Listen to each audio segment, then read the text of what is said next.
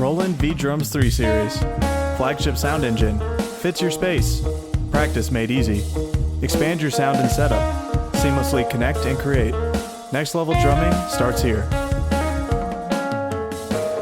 For more info, visit roland.com.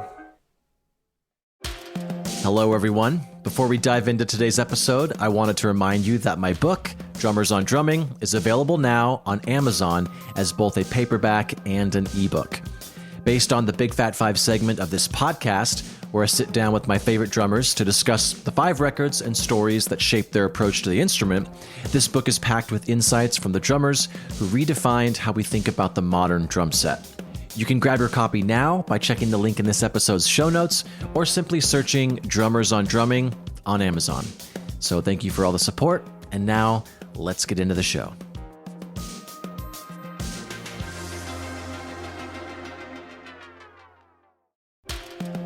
What is up? Welcome back to Drummers on Drumming, a podcast powered by Big Fat Snare Drum. My name is Ben Hilsinger, and this is part 2 of the My Favorite Parts of 2025 series. And if you especially like any of the clips, I recommend you go and listen back to that episode in its entirety. I hope you enjoy. All right, first up, we have a drum panel episode called Mental Health is Greater Than Paradiddles, Signature Sticks, and Dream Lessons. And that one features myself, Eric Urea, and Britt Bowman. And that was released on February 12th. I always tell people there's work practice and then there's fun practice. So it kind of echoes what we were just talking about. It's having your creative outlet to just like have fun and goof off and just explore sounds on the instrument. And then there's the stuff that is kind of I don't want to say miserable, but it's more focused and it's more intense. So generally what I tell people is to strike the proper work, fun, practice balance for you based on the day, based on where your life is. But if we're talking like, okay, I need to get down to like really just buckle in and just do the work, I would say to focus on the thing that makes you the most terrified. Like if you sat down and you were just like, this is the thing that I just dread working on, then that's probably what you should be working on. Generally, in my experience, the things that we have the most fun playing, the reason we have fun playing them is because we already know it. We already know what we're doing. We feel confident. We feel comfortable. So generally speaking, the things that fill us with a little bit of dread, a little bit of discomfort, uneasiness, are the things that we don't know yet. So whether that's like rudiments, for example, then that's what you should focus on. You know, if you're like, oh, I just hate sitting down and like drilling paradiddles, I just can't really get it's just because you can't really get them yet, and that's fine, you know. So it depends on what that is from person to person. Also, not quite saying like I play in a heavy metal band and I really dread practicing jazz. I don't know that that's necessarily the answer, but Interesting. But just within your scope of what you do and what excites you, what's going to move your needle forward, finding those things within that fill you with a little bit of dread. All right, next up we have a Big Fat 5 episode featuring Chris Woody Wood from the band Bastille, and that was released on February 19th. Let's go to Nate Smith, and you just said whatever the hell he plays on. I have something queued up. I have Pocket Change queued up, but we don't have to listen to that. Stuff, and again, in terms of like pocket and tastefulness, and it's just everything that everyone should aspire to be. We should all be more Nate Smith. And like when he's doing like all the Wolfpack stuff, when it's just kick, snare, hats, that's it. Madison Square Garden, and absolutely fucking destroying it. It's like that is elite. That is absolutely elite. Yeah, but his pocket, his feel. Like I say, like his job is to, well, in that band, is to make everyone sort of like nod their head, shake their ass. You are powerless to resist when that man's playing drums. The placement stuff, even to like for drummers, new, old, whatever, like such a good thing you can practice at home is self-mixing yourself, like each limb and each part of the kit. Just set up like, be it your phone, whatever, just like one mic in the room, because that won't lie. And then listen back to you like playing beats and what have you. Then you'll be like, oh my god, I'm, as most drummers do, they start out, everyone sort of relies on their hi-hat to like hold them together. So they just absolutely chopping it, and it's way too loud. If you listen to any sort of record, I mean, often the hi-hat mic's turned off because it bleeds into everything, like everywhere. Was it Steve Albini, famous producer, once said like the hi-hat's the most evil instrument ever created. It just gets everywhere. Yeah. Must be destroyed. But like Nate's like mixing in terms of like dynamics and there's I think it's an Elvin Jones thing, or maybe Max Roach had an exercise where basically he would just play all 4 limbs simultaneously on a part of the kit, and would practice dropping the level of one limb whilst the remainder all continue at the same. So if you could have that sort of inbuilt mixer almost, it'll make you sound like you're actually probably playing harder and hitting harder just because your hi-hats are quieter, and then everything else feels louder, sort of like relatively. Oh yeah, this guy's absolutely like smashing it. It's like, he's not. It's just, So yeah, just in terms of control and awareness and musicality, find me someone better.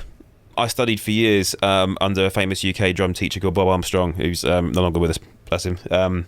But he's taught everyone in the UK, like Steve White, Alan White, who like played for Paul Weller and Oasis and everything. Andy Gangadine, who's now with Chasing Status, and he's a monster, like pioneer of the electronic drum world.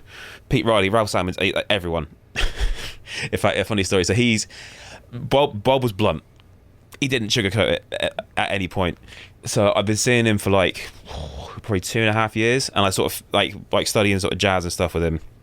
And when I say we took it back to basics, first 10 weeks, 12 weeks I've seen him, I was just playing quarter notes on the ride at 50 BPM, because he was all about getting the upstroke of my arm right and the hand positioning. I was like, this guy's meant to be the best teacher in the country. Is he taking the fucking piss? Like, I'm doing this for an hour. Ting, ting, ting. He's like, nope, do that. But when it was all sort of sped up, and then you start adding in like the crossovers for the jazz ride pattern and how you drop the stickers, I'm like, oh, it just basically plays itself. Yeah. But if the fundamental isn't right there in the first place, doing it at 50, it's not going to work when you speed it up. So yeah, after 2.5 years, we sort of move on from like the jazz stuff. He's like, well, basically, he's like, do you want to progress the jazz thing now and like look at more bebop and like turbo stuff, all the sort of hand technique and like the marching stuff? And that's what I went to him for, really. I wanted to get like cleaner hands and all the rolls and that sort of thing. I was like, yeah, look, let's do that, please. So we did that. He's like, oh, do you want to see my assessment from the first time I saw you? I was like, yeah, go on then. So just got a folder out just on the table. I was like, Chris Wood, jazz, no. But yeah, so again, tip for anyone at home practicing this sort of stuff, when you're doing anything accented, like say if you accent the start of a paradiddle, play the whole thing as quietly as you can, and then add in the accent a bit louder. Don't start at loud and try and quieten down your in-between notes. If you're used to playing quieter in between, then it's much easier to like boost an accent than it is to like drop everything else. All right, next up we have another Big Fat 5 episode featuring David Garibaldi from Tower of Power, and that was released on May 7th. Is there a boring exercise that you swear by? Actually, yes. I wouldn't call it boring, though. So one was from this first teacher, really great private teacher that I had named Chuck Brown here in Oakland. And it's basically singles and doubles.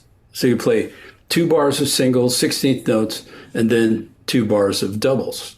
Easy. Actually 1 bar of each. 1 bar of each, and 96 beats a minute. It's an exercise that I've been doing for years, and it really gets my hands warmed up. And then another one, I studied with Murray Spivak in LA, and it's just triplets. 1 ended, 2 ended, 3 ended, 4 ended. And you're practicing, you're learning the up and down, the molar up and down technique. So there's accents on the first note of the triplet.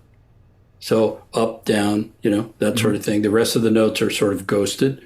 And then the second measure is the triplet move, or the accent moves to the second partial of the triplet, the and then the third measure, the of the triplet. So you're practicing those motions with those accents as they progressively move, through the triplet exercise. It's very, very simple and really, really effective, very relaxing. So, I love it. I know a lot of people don't focus on, going back to the basics.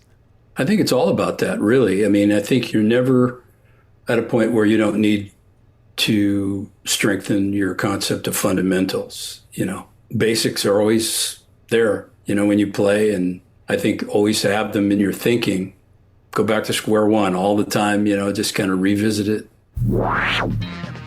I never thought I'd be listening to Clyde Stubblefield with David Garibaldi, so this is a fun little experience. You know, all the vocabulary that we use today basically comes from that. So this is like 1968. I mean, this is like a visitation from another planet. Before that, in 1967, I think was Cold Sweat. And that was kind of like the first kind of modern sort of funk recording where there was the backbeat. You know, he moved from the 2 to the and of 2 or the and of 4, you know, he would do just like he was doing there. You know, but that's even more, you know, like sophisticated than the Cold Sweat thing. It's the evolution of it, you know.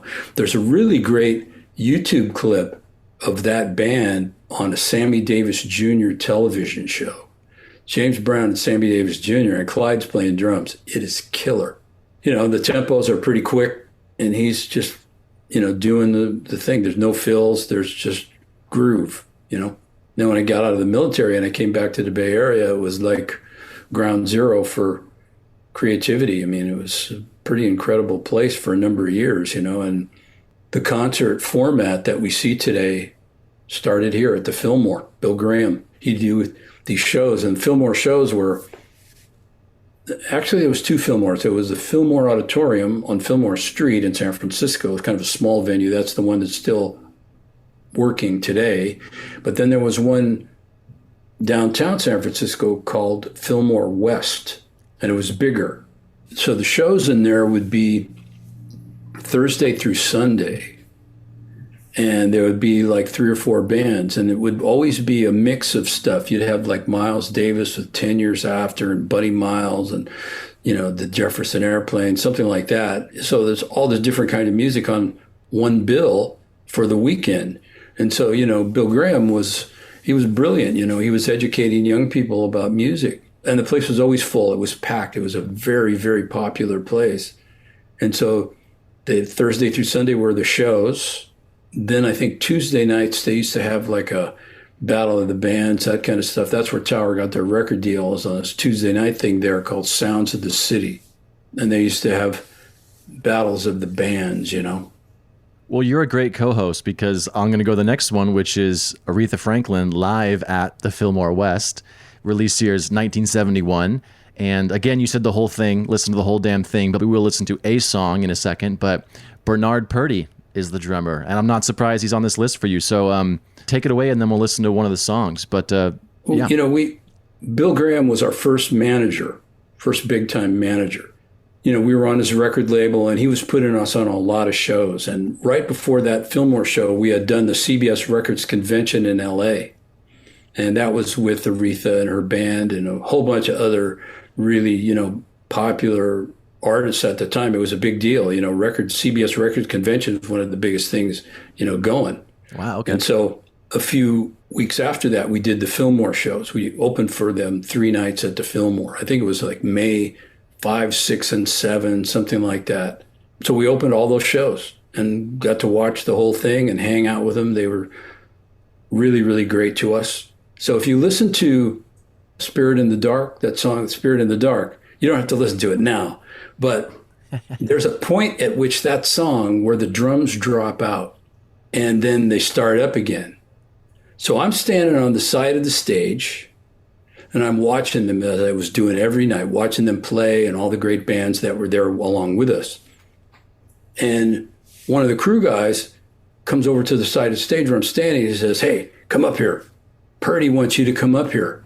So you go backstage, and there was a door right behind where the drums were that were kind of like a sliding doors where they would bring the gear in and out, you know. Sure. I go back there, and said, "Purdie wants you to play." So they opened the door, and I got in, and I sat down and played, and you can hear it on the end of Spirit in the Dark. On this record, is you on walking that in record, on the very, very end of Spirit in the Dark. I mean, we can't not listen to that right now. Well, however you want to do it, but I'm just telling you that that's on there. You know, and it was really unnerving because I'm sat down and play, and he's banging on the cymbal. You can hear it while it's going. So I sat down and I started playing. All the guys in the band, they kind of like look over and see what was happening, and then they went right back to what they were doing. You know, it was a great band. You know, King Curtis and the Kingpins, man. Wow. Well, yeah, let's just fast forward to the end of like the last maybe 2 minutes of that song. I think so, something like that.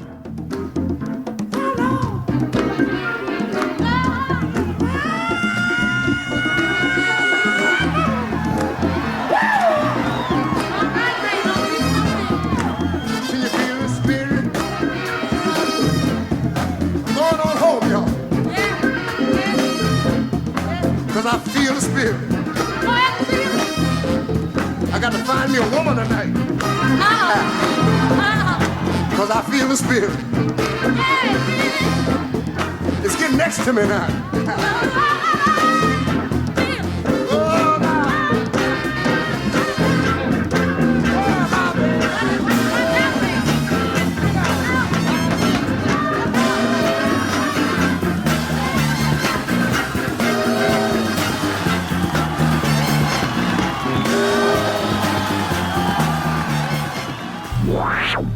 All right, next up we have another drum panel episode titled Self-Promotion, Authenticity in Pop Gigs, and the Double Pedal Dilemma. And that features myself, Eric Lederman, and Neil Daniels. And that was released on March 12th. A lot of people are making music for Instagram views, which is what a lot of my feed is, which is why I'm just following a lot of food accounts because it drives me nuts. You guys, what are you, when you see that as working, touring, and recording drummers?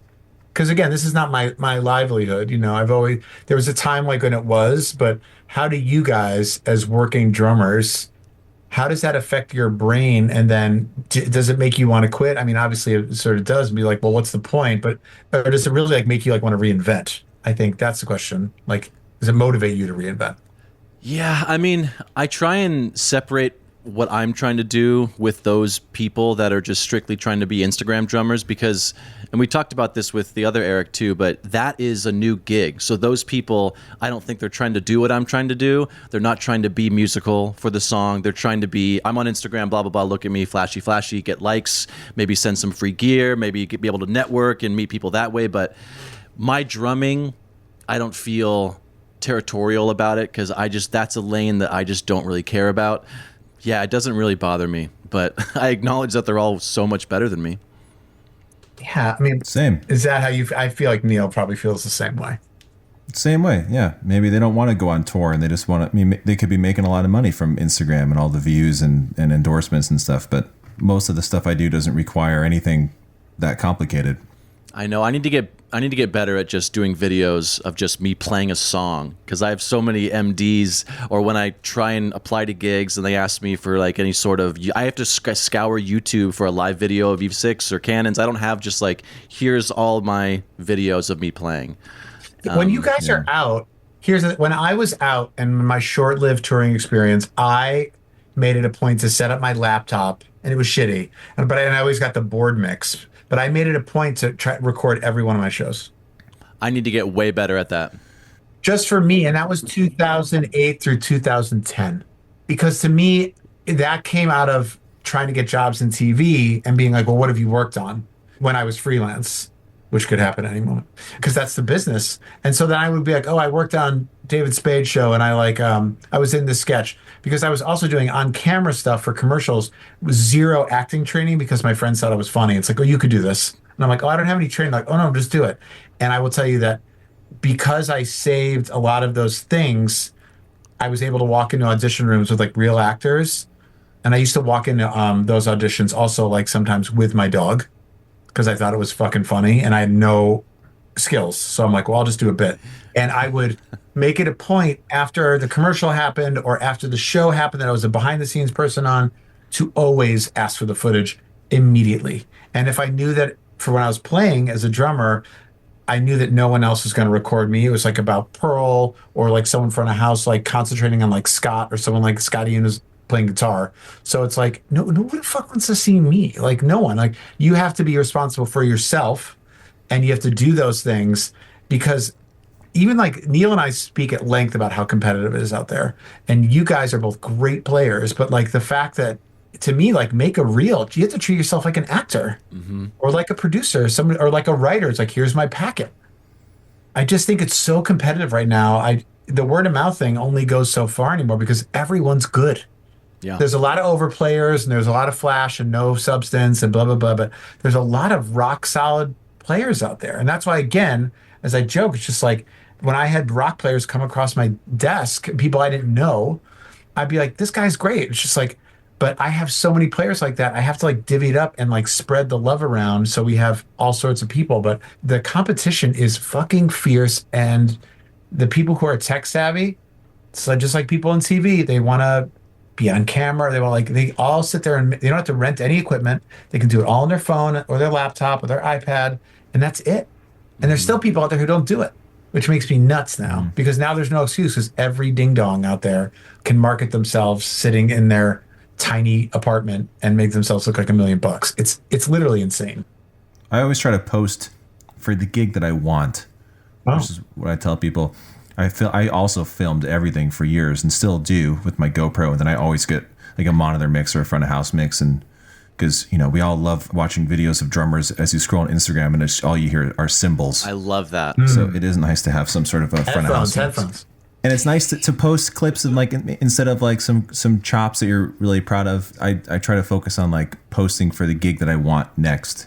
If people are looking for a drummer, they will look at your Instagram. Yeah. And it's nice to have stuff on there that, represents what you do or what you want to do. I mean, there's a lot of writers hired on late night because of their social activity. One guy was like an IT guy who just was active on Twitter.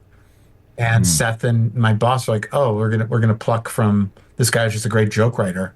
They didn't look at his credit. He had no credits. But is that what it is now? I mean, I guess that's that's how I picked a lot of people. It was like YouTube links, but also like, just let me see that IG. When the holidays start to feel a bit repetitive, reach for a Sprite Winter Spiced Cranberry and put your twist on tradition. A bold cranberry and winter spice flavor fusion, Sprite Winter Spiced Cranberry is a refreshing way to shake things up this sipping season. And only for a limited time. Sprite, obey your thirst.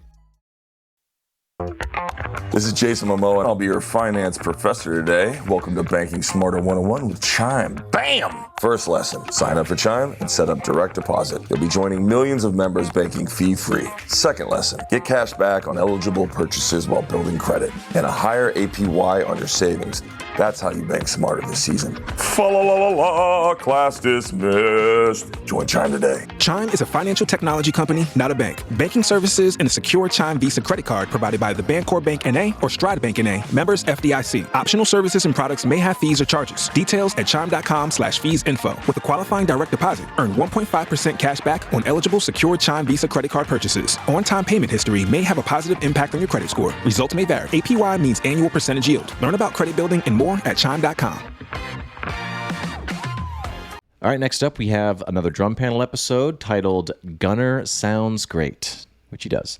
And it features myself, Gunnar Olsen, and Eric Urea. And that was released on July 19th. Learning other drummers' parts that are super important to the song, what is your process for learning the songs? Do you chart things out? Because both of you guys mentioned having everything exactly down. What does that process look like for you guys? I've never charted anything out when it comes to like music, like notation. It's always just been intro 3 times, 2 beat pause, verse 4, chorus, whatever. You'll write that down? Yeah, like chorus times 4. I have to learn it by ear. It's just the way I'm built. I have a good memory for music and I have a pretty good like intuition. I mean, working with a band like Pussifer is amazing because I have no idea where the fuck those songs are going to go. That was a challenge when I first started playing with them, but I should look up the play counts and stuff. I listen to stuff a lot, but also like, I don't know. I think I just have a good, I look at it kind of like a road.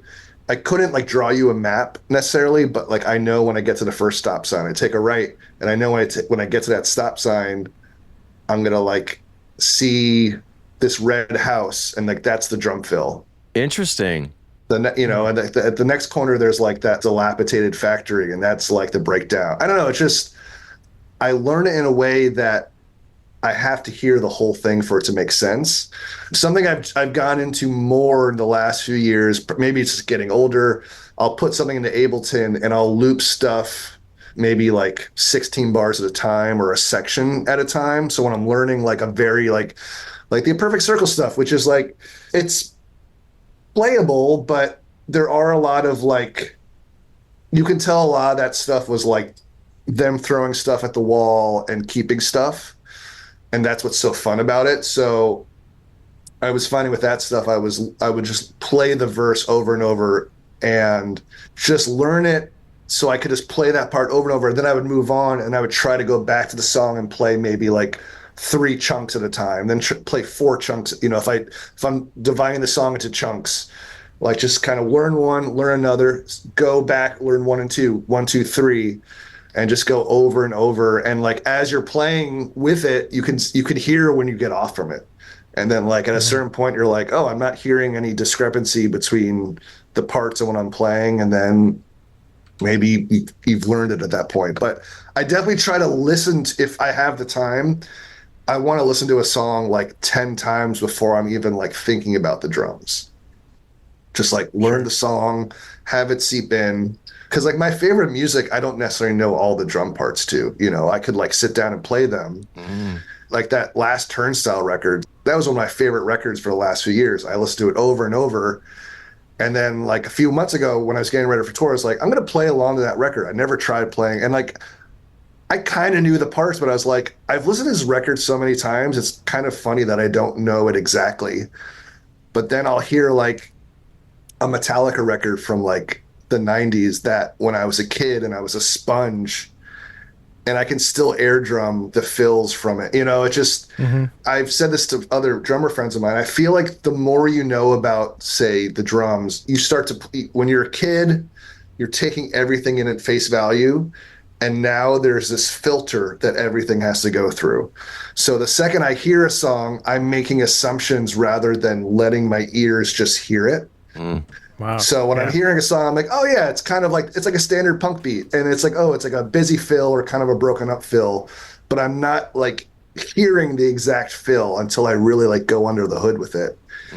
And I feel like that's great in the sense where like if I need to learn a bunch of songs for a gig, I can process it really quick. But if I need to play something verbatim, that's getting harder as I get older because more has to go through the filter, and I have to take back like my assumptions, what's happening, and take in what's happening. So I find like my brain kind of fighting with itself when I learn very specific drum parts the older I get, if that makes sense. Totally. Oh, that's fascinating about assumptions versus reality. That's such a great way to put it. Yeah. Those were 2 little nuggets that if people are listening, write that down to listen to. What was that? I thought that was real. I was like, wait, were you saving these till the end of the show? What is happening? Gunner makes 2 points. Release the balloons. Listener, there's virtual balloons coming off of Ben right now. What were your 2 stupid points? Okay. First point is to loop the section you're trying to learn. I actually never do that. I try and and I'll go on Spotify and scrub back, but just literally loop the verse continuously. I mean, I do both. I mean, I don't, it depends on the situation. Like a big gig where that's all I'm focused on, I'll take the time to get the stems and put them into Ableton. Yeah. Just saying that to you. All your bosses are like, you're fired now, you fucking reckless piece of shit. No, and then listening to the song, if you know the song first, then listen to the structure. When you do deviate, you're making better choices because now you just know the song more intimately, as opposed to just playing like a drummer trying to be a little more loose, you know? I think it's all based on how much time you have to prepare, right? It's like I had to learn this one song that I can remember now that I couldn't quite remember yesterday, so I had to say a trick. Like, okay, it's kind of like a John Bonham beat. If there's a song that is a similar tempo, I can sing that song to myself to count us in. You know, just a little trick because on a gig like that, I don't have any electronics or click or anything. I still do that with Eve 6. Here's the Night and stuff. I sing the chorus as I'm counting off because I mean, I feel like that's something that you should teach you in music school. Like it's the easiest thing you can do. I mean, sometimes you have a few drinks and you're singing here's the night, whoa. All right, next up we have another Big Fat 5 episode, and this one features Marco Kleibauer, and that was released on March 26th. I'm a drummer, but I always see myself as a producer first place, and I happened to be a drummer, so I played drums on all of the productions. So yeah, that's how the drum production thing kind of evolved, because it was just easy because I was there and I was the drummer. Mm-hmm. At some point I got just so addicted to, I don't know, recording drums and the whole shebang, mics and preamps, and the road never ends. That's the tricky part. Like, you can always go deeper in that stuff. That's also why I love it so much, I guess. Yeah.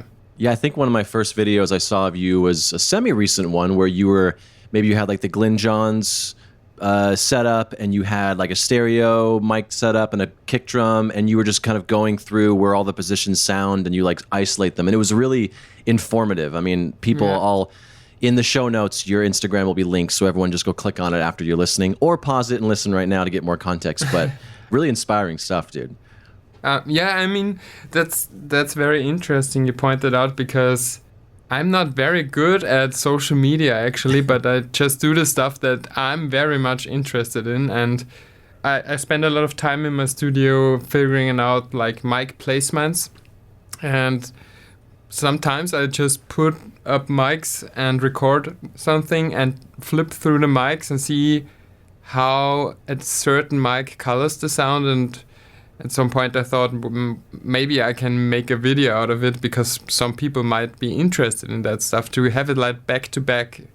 And so I have a very informative approach to social media, I guess, because I like channels which are kind of educative in some way and not just a drum beat, because I find it very interesting how to incorporate like techniques and skills into the whole thing. Yeah. Well, speaking of technique, before we started recording, you were talking about how you had an unfortunate injury involving your arm and your elbow and stuff. And so how has that dictated things you've said yes to production-wise as you heal, or has it not affected that at all? It has definitely affected how I produce music right now and play the drums. I used to play drums quietly for a few years now, so that's not a big difference for me, but right now I just can't move my elbow quite as much, so I play a lot of stuff from my wrist, and it's even quieter right now, which I kind of dig. I don't know, I just go with it and don't think too much about it. Tend to see the positive qualities you get out of playing very quietly. And I think with acoustic instruments, I always think about it that way. If I play quiet, it's the same with guitar amps or playing a bass, and you record it with a mic, and the sound kind of gets bigger when you play quietly, especially when compressing things. And I always had the experience when I want to have a really large drum sound and I play very loud, it kind of collapses after it hits the mic and it gets smaller. So it's not a problem for me to not be able to play loud, but it kind of dictates what fills I play, because I can't quickly go from the snare to the floor tom, because it kind of is weird with my elbow right now. So my fills are very simple right now. All right, next up, we have another Big Fat 5 episode featuring Sam Cohen, and that one was released on April 16th. We always try and figure out what is a timeless sound, and I think the direction you go is the definition of a timeless drum sound. It doesn't piss anyone off. Yeah, it's been cool to see the reception, because I expected more people to like hate on it. Really? And why? I don't know. Usually when you're scrolling through Reels, you'll open up a comment section and it's just foul, absolutely foul, and you always expect sad people. that. Yeah. Yeah, but yeah, it's been really cool, and I found the best way to get the sound that I'm going for is simpler is always better, and taking out the amount of microphones and just using 1 to 2 I just did a video recently where I forgot to turn on the U87 and I just used the snare and the kick mic. I was going to reference that. It was great. Yeah. It was insane. I didn't realize, I mean, how much treatment, I'm not sure if, looking at your screen right now, is this the room you also record in? Yeah. It's totally not treated. That's what I was going to say. I mean, it's a nice room. I'm not saying that, but it doesn't look like it's anything quote unquote special that other people, if they listen to you and go down your rabbit hole and maybe even like talk to you and get advice, I mean, couldn't get those sounds too. It's really inspiring. Yeah, the progression has always been, I could never put an overhead mic on this drum kit in this room because there would always be like 1 kilohertz would just like kill the drum sound. And for a while, I would just do the snare and kick mic. And then what do you mean by that for people listening that, sorry to interrupt, but like that 1 kilohertz would ruin the sound? What do you mean by that? Usually I'd put like a D19 overhead, like an AKG classic Beatles mic. I would put that overhead usually and mono overhead. It used to sound great, but I started to realize the more I learned about recording and EQing that the sound would get so muddy and it would always be 1 kilohertz would just be really boosted in the signal coming right out of the mic. And if you cut 1 kilohertz, the drums become tighter again and there's better transients and the sustain's really good. But without it, it was just blaring in my ears and then that was all I'd hear. So then I ended up taking out the overhead and just doing the snare and kick. And that got some cool results. You get a lot of hi-hat in the 421 for some reason. And sometimes if I'm not getting enough toms, I'll cut out the toms, duplicate the track, and like do a little EQ to boost the low end. So when it hits the tom, or when I hit the tom, then there's more information there, more tom information. Then it goes back to the main channel. But That's smart. two mics for a while until I got these like standing baffles. And then once I got those all around the kit, then I'm able to use the overhead. And recently a friend has very graciously left a U87 here for a couple months. And I've been just using it so much. I've never heard this much high end in my life. The sound is everything. So if you record it on the shittiest mic through a shitty tape machine and it sounds amazing, then just leave it at that. Like it speaks for itself. So I've always had kind of bad equipment and I've just tried to make the best things I can with it. Yeah, there's no rules. All right, next up, another Big Fat 5. We have Steve Gould, and that was released on August 27th. The great Dave King on drums, who was my teacher, 1999. I met Dave in 98 and started studying with him in 99, 2000 and 2001, all like real intensely. He was a groomsman in my wedding in 2002, and we've been close friends ever since. That particular track, I think that was recorded in 2000 or right around there. I was around for a lot of the recording of that record, and I remember seeing those guys play that song live a few times before it ever turned out on a record, and he's using a mallet on the snare drum, and then his other hand is just his hand, like not like a stick, and he's doing a ton of muffling of the drum manually with his hands so that he hits it and it sustains, and then on the next hit when he hits it, it's totally dead because his hand is there, and he's kind of like lifting the hand up and down and then like going over to the floor tom, hitting the floor tom, and doing the same kind of like controlling of the sustain of the instrument, which is something that up until that point I'd never really considered. Like the drums aren't something that I thought of sustain as an option for me to have influence on as the player. Like obviously the bassist in the band, like, you know, strum a note and then grab it and it doesn't sustain anymore.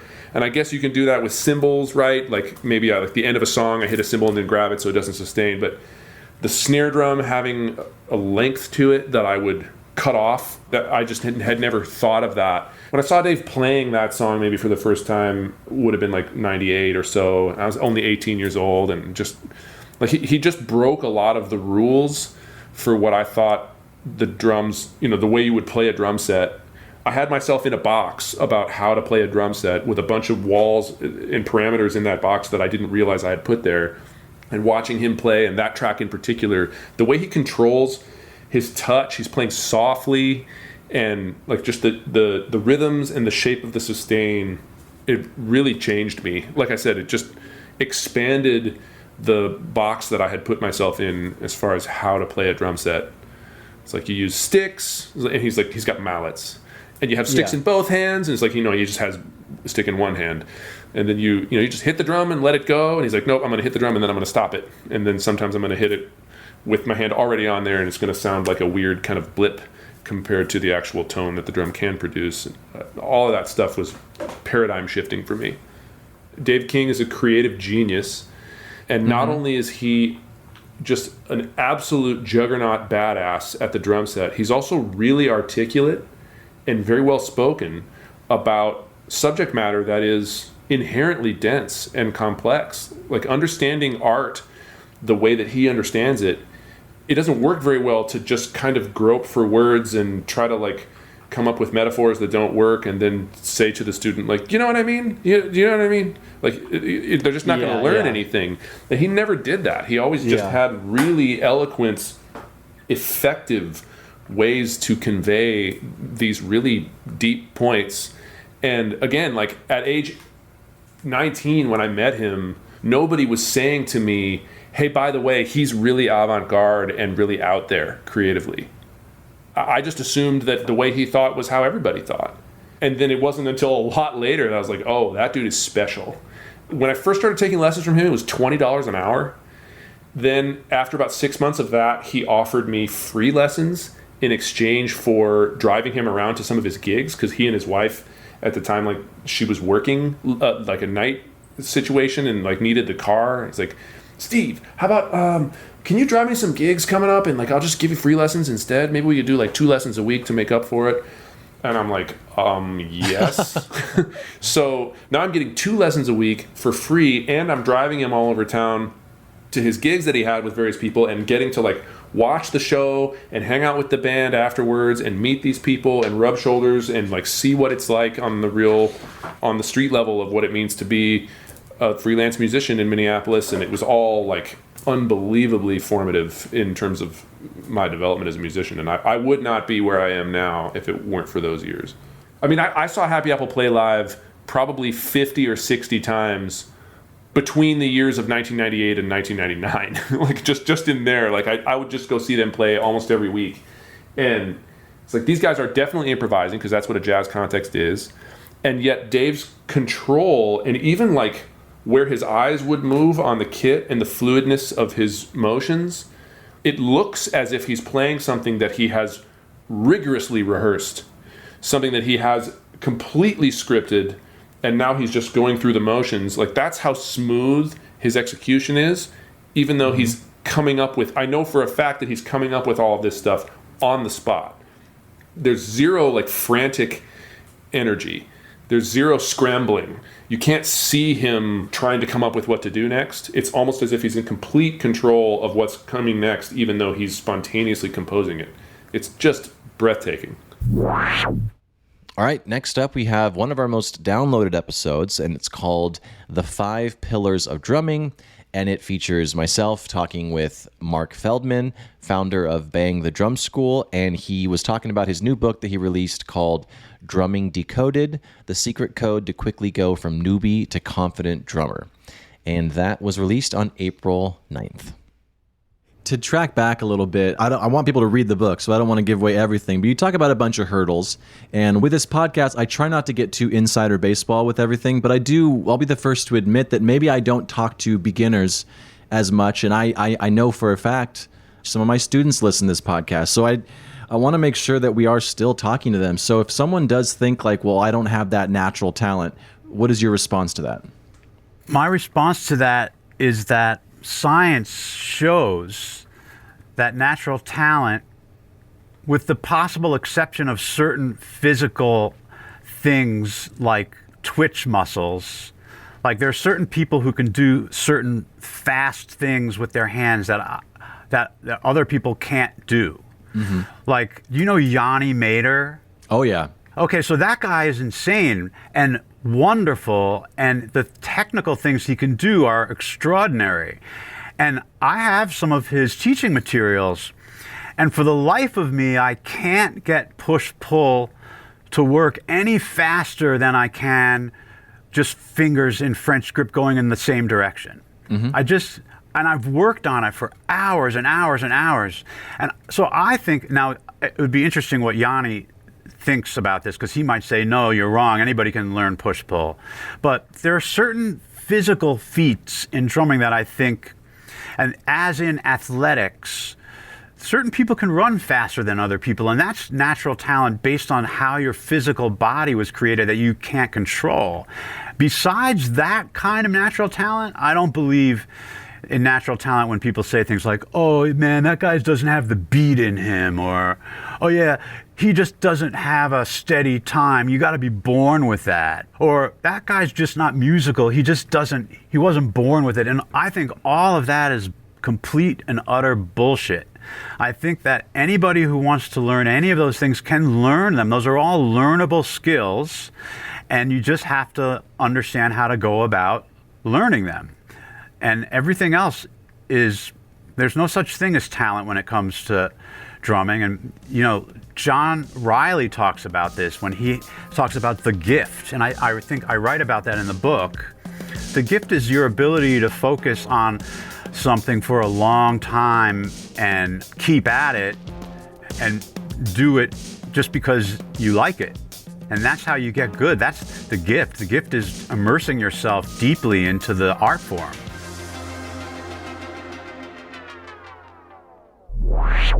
And that's the show. If you're listening on a platform that allows ratings and reviews, do that. It helps more people find the show, so it'll get bigger and better, and hopefully I'll have a chance to sell out one day. But you'll be an OG listener that can brag to all your friends. Anyways, why don't you go and check us out at bigfatsnaredrum.com and follow us on all the socials. Just search for Big Fat Snare Drum and you will find us. The show is edited in part using iZotope RX Audio Editor. It's amazing, so go check that out at iZotope.com. And thanks again to Gunnar Olsen for the theme music. Bye. My name is Percy Jackson. Getting in trouble is like breathing for me. The hit series returns to Disney Plus and Hulu. The danger is greater than you can possibly imagine. What about Grover? Save Grover. Save camp.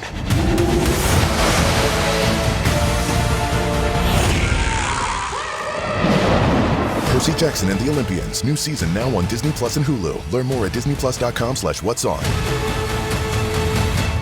Hey, Ryan Reynolds here. Wishing you a very happy half-off holiday, because right now Mint Mobile is offering you the gift of 50% off unlimited. To be clear, that's half price, not half the service. And Mint is still premium unlimited wireless for a great price. So that means a half day. Yeah? Give it a try at mintmobile.com/switch. Upfront payment of $45 for 3-month plan, equivalent to $15 per month required. New customer offer for first 3 months only. Speed slow after 35 gigabytes if network's busy. Taxes and fees extra. See mintmobile.com.